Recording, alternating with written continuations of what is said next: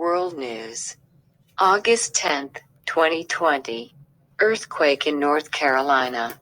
An earthquake hit North Carolina on August 9th.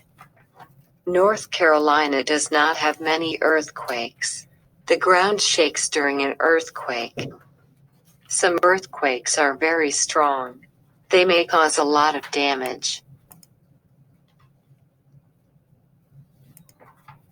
The earthquake in North Carolina was not very strong.